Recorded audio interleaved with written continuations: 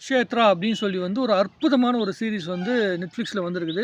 எல்லாருமே பார்க்க வேண்டிய ஒரு சீரிஸ். உங்களுக்கு வந்து மகாபாரதம் ரொம்ப பிடிக்கும். மகாபாரத கதைகள வந்து பார்த்தீங்கன்னா, நீங்க ஆல்ரெடி சீரியல்ல பார்த்துருக்கீங்க அப்படின்னா, அதில உங்களுடைய மனசுக்கு ரொம்ப நெருக்கமான கதை, இதிகாசம் அப்படின்னு சொல்லி நீங்க ஆசைப்பட்டீங்கன்னா, தாராளமா பார்க்கக்கூடிய ஒரு அற்புதமான விஷயம். அந்த குருட்சேத்திர போருக்குள்ள நடக்கிற விஷயங்கள மட்டுமே பேஸ் பண்ணி ஒரு பண்ணியிருக்காங்க. அதுக்கு உண்டான பல கிளை கதைகள கூட இதில வந்து மென்ஷன் பண்ணியிருக்காங்க. அதாவது கிராபிக்ஸ்ல மட்டுமே சொல்லக்கூடிய விஷயங்கள வந்து இத ஒரு கிராஃபிக் சீரிஸா வந்து பண்ணியிருக்காய்ங்க. தமிழ்ல வந்து டப்பிங் பண்ணியிருக்காய்ங்க. மெர்சலா பண்ணியிருக்காய்ங்க. அதுதான் ரொம்ப ரொம்ப புடிச்ச விஷயம். ஏன்னா, இது மாரி சீரிஸ் வரும்போது, தமிழ்ல டப் பண்ணவங்களுடைய வாய்ஸ் சரியா ஒத்து வராம போயிருக்கும். அது கிருஷ்ணருக்கு வந்து பார்த்தீங்கன்னா, நம்முடைய ஹிந்தில ஆல்ரெடி பண்ணியிருந்தாங்க. ஏக்தா கபூர் பண்ணியிருந்த அந்த மகாபாரதத்தில வந்து அதே வாய்ஸ தான் இங்கேயும் கிருஷ்ணருக்கு பயன்படுத்தியிருக்காங்க. அவ்வளோ அற்புதமா இருக்கு. கேட்கும்போதே திரும்ப திரும்ப ஒவ்வொரு எபிசோடும் பார்க்கணும் அப்படின்னு வந்து ரொம்ப எப்படி சொல்றது? ரொம்ப மனசுக்கு நெருக்கமா ரொம்ப ரொம்ப நல்லா இருந்தது. நீங்க டைம் பாஸுக்கு பார்க்கறதுக்கு மட்டுமே இல்லாம, ஒரு ரசிச்சு பார்க்கணும் அப்படின்னு சொல்லி ஆசைப்பட்டீங்கன்னா, நீங்க ஃபுல் ஹெச்டில டிவில போட்டு பார்த்தீங்கன்னா, தாறுமாறா இருக்கும்.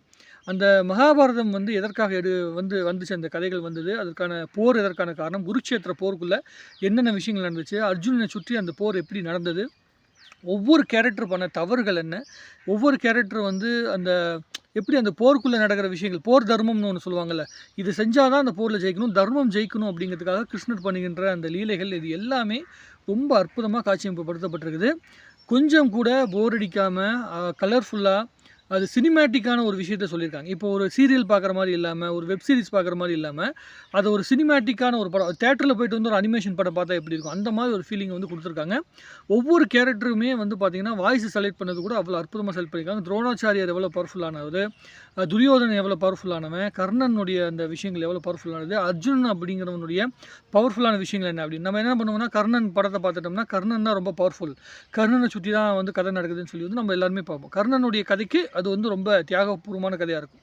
ஆனா, அர்ஜுனன சுத்தி எவ்வளவு தூரம் சூழ்ச்சி நடந்திருக்குது, அர்ஜுனன் எவ்வளோ பவர்ஃபுல்லான ஆளு, ஏன் கிருஷ்ணர் வந்து தர்மத்த காப்பாத்துறதுக்காக அர்ஜுனன் பக்கம் நின்னாரு அப்படிங்கிற பல விஷயங்கள் இருக்கும். சில டெசிஷன் பார்க்கும்போது மகாபாரதம் அப்படிங்கிற கதைய வந்து ஏன் ரொம்ப நமக்கு பிடிக்கும்னா, அதில இருக்கிற பாசிட்டிவான ஒரு ஒரு கேரக்டர் எடுத்துக்கிட்டீங்கன்னா, அதில பாசிட்டிவ் இருக்கும், நெகட்டிவ் இருக்கும். அதுதான் இந்த உலகத்தில வந்து நம்ம எல்லாருமே ஃபாலோ பண்ணிட்டு இருக்க விஷயம். நம்மகிட்ட நல்லது இருக்கும், கெட்டது இருக்கும்.